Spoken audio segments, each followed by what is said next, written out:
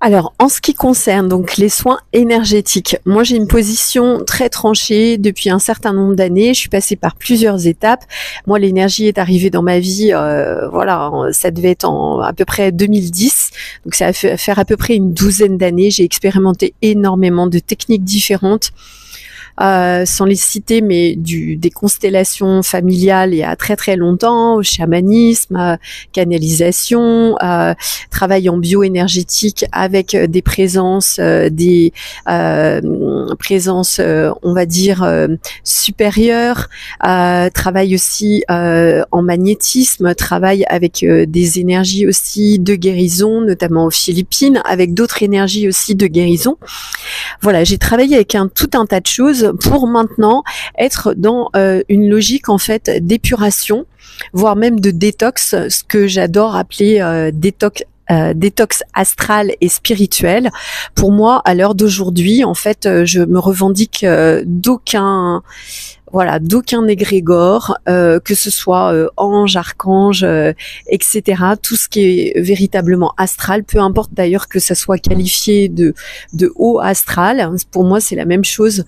Ça reste astral, donc ça veut dire que c'est lié à de l'énergétique et c'est susceptible aussi de créer des phénomènes de vampirisation énergétique, et c'est pour cette raison précise que j'ai choisi pour ma part de m'abstenir de faire intervenir une quelconque présence, quelconque égrégore, quelconque technique.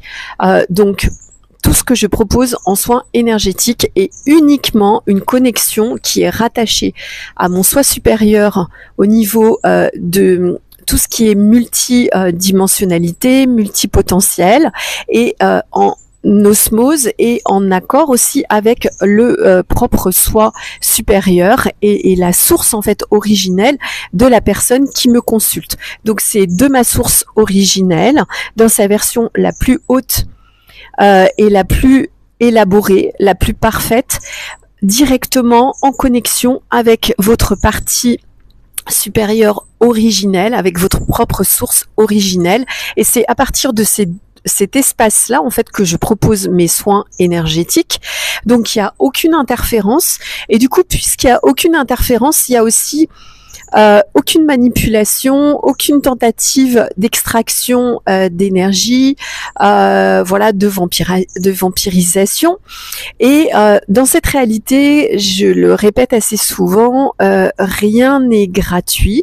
Et à partir du moment où vous faites intervenir, que ce soit, et je l'ai fait par le passé, donc je suis très bien placée pour en parler également, à partir du moment où vous faites intervenir une entité tierce, une présence tierce, peu importe que ce soit un guide, peu importe que ce soit un ange, un archange, un maître ascensionné, les annales akashiques, enfin que vous vous connectez à quelque chose qui relève d'un égrégore, vous avez une espèce de dîme, vous avez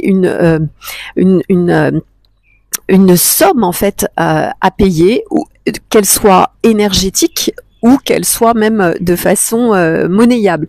Et donc du coup, vous pouvez comme ça créer des dettes par rapport à tout ce qui est justement présence astrale, à tout ce qui est monde astral, ou bien même le thérapeute que vous allez consulter, qui lui-même va faire appel à des présences au monde astral, à des capacités qui vont faire entrer en présence d'autres êtres. Tout ça va avoir un prix.